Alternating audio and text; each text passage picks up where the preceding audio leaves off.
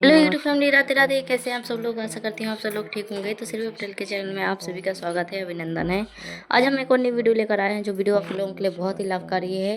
तो ये वीडियो है इस विषय में कि चरित्र क्या होता है, चरित्र की क्या कीमत होती है। तो हमारे अनिरुद्धाचार्य जी महाराज इस बारे में बताने वाले हैं कि एक इंसान के चरित्र की, अपने व्यक्तित्व की क्या कीमत होती है।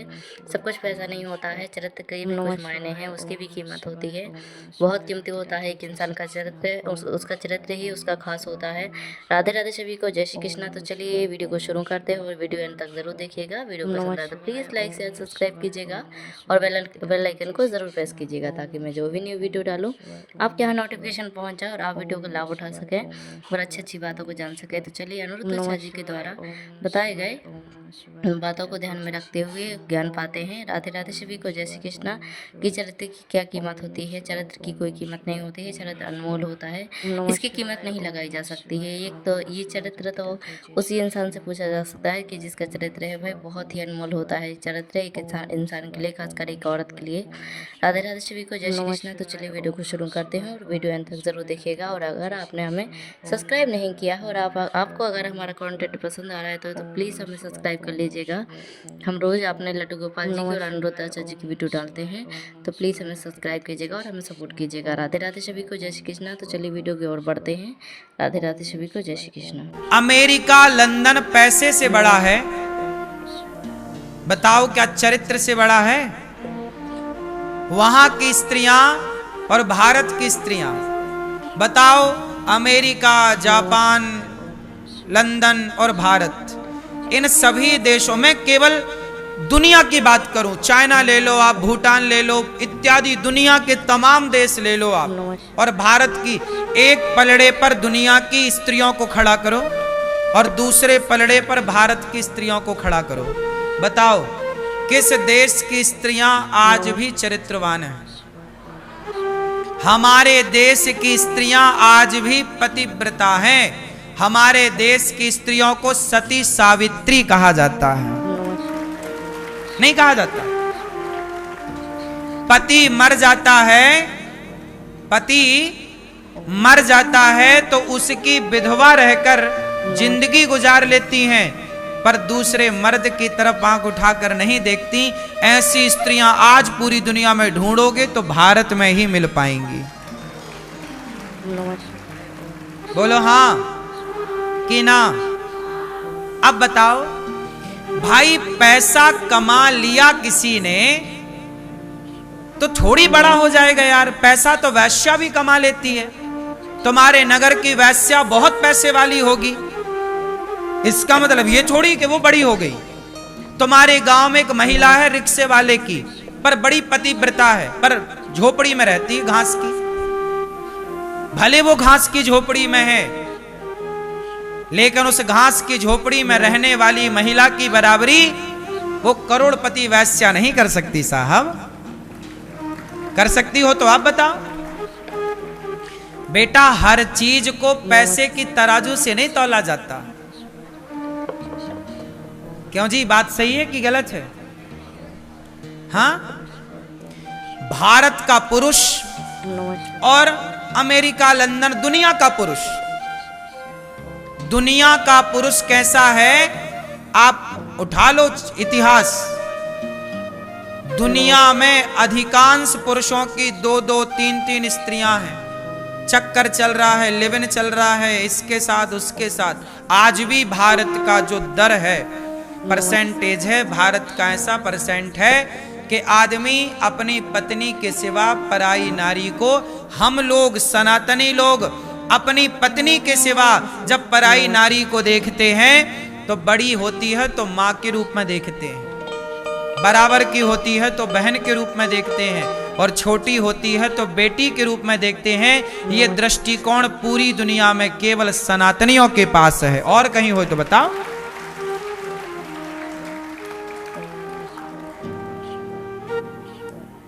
इसलिए बेटा, पैसा होगा किसी के पास। अब बात पैसे के भी कर लेते हैं तो सुन लो। इंग्लैंड के पास था क्या? भूखे मरते थे। तब ना हमारे देश में वो आए डाका डालने। ये तो चोर लोग हैं ना, डाकू। क्यों मैया? अंग्रेज कौन थे? बोलो, कोई ईमानदार थोड़ी थे। मुगल कौन थे? लुटेरे, जो तुम्हारी बहन बेटियों को लूट लें, तुम्हारे मंदिरों को लूट लिया। अब हम तुम्हारे घर में घुस कर तुम्हारा धन चोरी कर लें और कहें देखो जी हम बड़े हैं, तो तुम्हारे कोई बाप का छोड़िए, चुराया तो भारत से ही है, कोई तुम्हारे बाप का है। आज दुनिया की आर्थिक स्थिति यदि अच्छी है तो भारत ही सोने की चिड़िया था। 700 साल तक गुलाम थे हम। कितने साल? इन 700 सालों में कितनी संपदा ना लूट ली हमारी। तुम बात करो टेक्नोलॉजी की, तुम आज कौन से इंजीनियर हो? मथुरा में भगवान श्री कृष्ण का मंदिर था, तोड़ा गया मुगलों के द्वारा। बोलो हाँ। क्या आप जानते हो कि मथुरा का जो कृष्ण जी का मंदिर था, वहां भगवान श्री कृष्ण की मूर्ति कैसी थी? सुना है आप लोगों ने कभी? आर्किटेक्चर, तुम क्या आप पढ़े हो? आर्किटेक्ट क्या हो? कितने बड़े इंजीनियर हो? उस जमाने में हमारे देश की क्या परिभाषाएं थी? सुनो, आप दांतों तले उंगली दबाओगे। हमारे मथुरा में जो भगवान श्री कृष्ण का मंदिर था, उस मंदिर में, और सोमनाथ का मंदिर था। सोमनाथ का मंदिर तो सुना होगा। सोमनाथ के मंदिर में जो ज्योतिर्लिंग था और मथुरा में जो भगवान श्री कृष्ण की प्रतिमा थी, वो गर्भगृह में जमीन पर नहीं रखी थी, वो हवा में रहा करती थी। अब आप कहोगे कि ये क्या बात कर रहे हैं, ये चमत्कार नहीं, चमत्कार नहीं, ये साइंस है। क्या है ये? साइंस। कैसा साइंस? सोचिए, हम जिस साइंस की बात आज आपसे कर लेंगे, आप कल्पना नहीं कर सकते कि 1000 साल पहले भी ये टेक्नोलॉजी थी। सुनो, सोमनाथ का जो मंदिर था, वहां पर शंकर जी हवा में थे ऊपर। तो जब मुगल आए तो उन्होंने देखा कि भाई ये कैसा चमत्कार है, नीचे तलवार डालें, ऊपर तलवार डालें, सब। तो बुलाया वहां उस मुगल बादशाह ने कि भाई ये सब क्या चमत्कार, हिंदुओं के मंदिर भगवान हवा में लटक रहे हैं, क्या बात है ये? तब कहा कि महाराज, ये जो मंदिर है, इसकी जो गुम्मज है ऊपर, वो उसमें जो पत्थर का प्रयोग हुआ है, उसमें चुंबकीय शक्ति ज्यादा है। उसमें चुंबकीय शक्ति ज्यादा है। अब आप ऊपर चुंबक रखिए, मैग्नेट रखिए, और नीचे आप कोई वस्तु रखिए, तो वो जमीन से ऊपर की तरफ उठेगी कि नहीं? ये साइंस है। ऐसे ही भगवान श्री कृष्ण, अब सोचिए वो पत्थर कहां से लाए होंगे जिसमें चुंबकत्व कम था, और वो पत्थर कहां से लाए होंगे जिसकी गुम्मज बनाई जिसमें चुंबकत्व शक्ति ज्यादा थी। तो ज्यादा वाला कम वाले को इतने ऊपर खींच के ले गया कि वो एक धुरी पर जाके स्थिर हो गया। बोलो हाँ। सुना कभी आपने ये सब विषय? नहीं। भारत को आप लोग जानते ही नहीं, बस अंग्रेजों को महान कहते रहे, मुगलों को महान कहते रहे, अमेरिका का गुणगान गाते रहे। तुमने अपने भारत के दर्शनों को पढ़ा होता, भारत के इतिहास को पढ़ा होता, तो दुनिया, भारत तब भी महान था, आज भी महान है। साली दुनिया क्या बराबरी करेगा भारत की?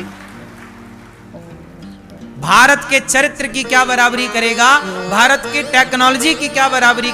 ये जो हम बात कह रहे हैं ना, सुनो, ये बात ना उस जमाने की पुस्तकों में लिखी पाई गई, और आज भी इसके अवशेष हैं।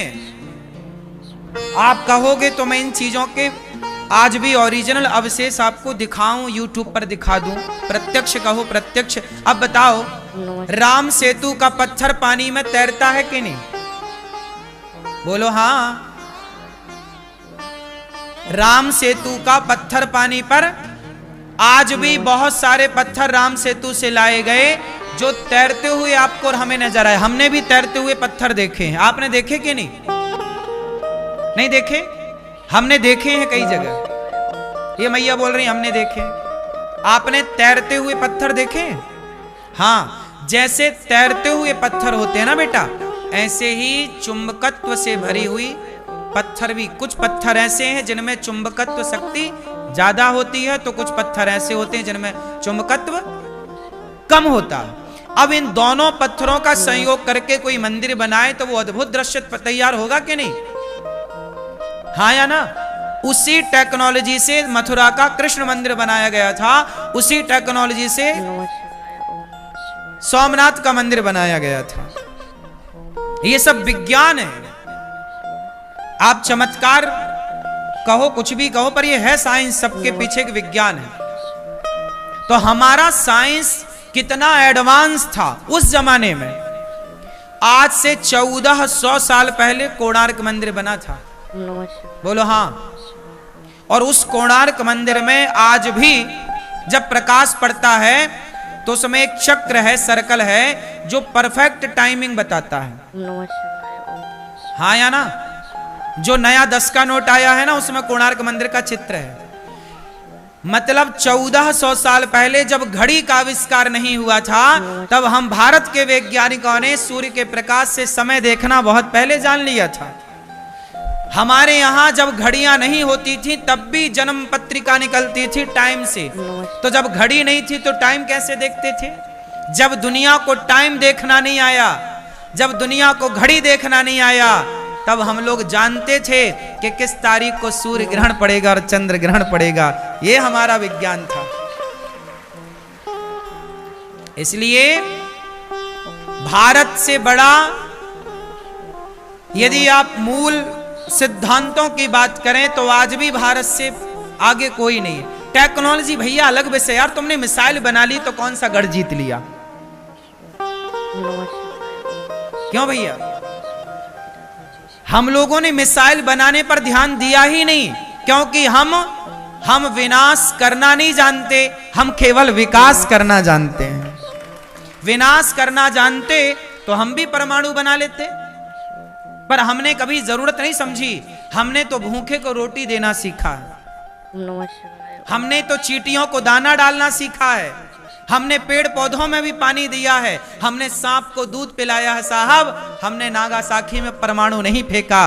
परमाणु फेंका तो लाखों लोग मारे गए। क्या दोष था उन लोगों का जो आज भी अपाहिज पैदा होते हैं नागासाकी में? हमने ऐसे आविष्कार नहीं किए कि मानव जाति खतरे में चली जाए, और किया होता तो करके भी दिखा देते, पर जरूरत नहीं लगी ना हमें। बात समझ में आ रही है कि नहीं? ये बात मैं केवल नौजवान लड़कों के लिए बात कर रहा हूं, ताकि हमारी नौजवान युवा पीढ़ी ये जाने कि भारत को आप हल्के में ना लीजिए। दुनिया डाकू है। यदि दुनिया डाकू ना होती तो भारत को लूटने ना आती। तुम्हारे घर को कोई लूटने आ रहा है मतलब लूटने वाला लुटेरा है, डाकू है वो। तुम बड़े हो इसलिए तुम्हारे घर में लोग आ रहे हैं चोरी करने। इसलिए भारत की नारियां आज भी पतिव्रता हैं, भारत का पुरुष आज भी चरित्रवान है। इसलिए हम लोग राम की पूजा इसलिए करते हैं क्योंकि वो चरित्रवान है। राम चरित्र सुनवे को रसिया, राम लखन सीता मन। हाँ, इसलिए पैसे में कोई बड़ा हो गया तो घबराओ ना ज्यादा। भारत को ना ये मत कहा करो यार बड़े धर्म भारत में होते हैं, बड़े धर्मात्मा भारत के लोग, पर पैसे वाला। अरे पैसे से तुलना तुम मूल सिद्धांतों की क्यों कर रहे हो? पैसा अपनी जगह है, संस्कार और चरित्र अपनी जगह है। क्या चरित्र को एक तराजू में रखकर क्या चरित्र को पैसे से तौला जा सकता है? आप रखिए 1 करोड़ रुपया, 4 करोड़ रुपया रखिए, 100 करोड़ रुपए रखिए और अपना चरित्र रख दीजिए, अपनी माँ का चरित्र रख दीजिए। क्या तुम्हारी माँ का चरित्र तुल जाएगा 5 करोड़ में, 50 करोड़ में, 100 करोड़ में, 500 का? बताओ क्या कीमत होगी आपकी चरित्र की? बोलो, आपका चरित्र 100 करोड़ का है कि 500 करोड़ का है कि 1000 करोड़ का है कि 1 लाख करोड़ का है कि अनमोल है? बोलो। फिर पैसे की बात करते हो चरित्र के आगे। तुम्हारी माँ का चरित्र ना बेटा लाखों करोड़, उसकी कोई कीमत नहीं। कोई धरती पे ऐसा नहीं है जो आपकी माँ के चरित्र को खरीद सके। क्यों? बोलो भाई। इसलिए हमारे हम चरित्र पर ध्यान देते हैं। हम पेड़ की छांव में बैठ करके बाहर की दुनिया को भुलाकर हम बहिर्मुखी नहीं अंतर्मुखी होना चाहते हैं। कहते हैं ना कि संसार में क्रांतियां हुई। संसार में क्या हुई? क्रांति। दुनिया ने क्रांतियां लड़ी, पर हम सनातनी क्रांति नहीं करते, मकर संक्रांति करते हैं। हमारे यहां संक्रांति है, क्रांति नहीं है। संक्रांति, जहां भीतर को झांका जाए कि हमारा चित्त कितना शांत हुआ, हमारे भीतर कितना संतोष हुआ, हम कितने धैर्यवान बने, हम कितने मातृभक्त बने, हम कितने समाज सेवी बने। यह है संक्रांति, जो भीतर को देखा जाए। बाह्य दृष्टिकोण, बाह्य दर्शन क्रांति। इसलिए हमारे यहां क्रांति नहीं हुई। हमारे यहां क्या होती है? चलो अब बताओ, भारत अच्छा है कि नहीं? इसलिए प्यार से बोला करो, भारत माता की, भारत माता की। इसलिए मेरे दोस्तों, लिवन में रहकर अपना चरित्र ना बिगाड़ो। चरित्रवान बनोगे ना तो दहाड़ोगे, चरित्रहीन हो जाओगे तो सियार बन जाओगे, सियार।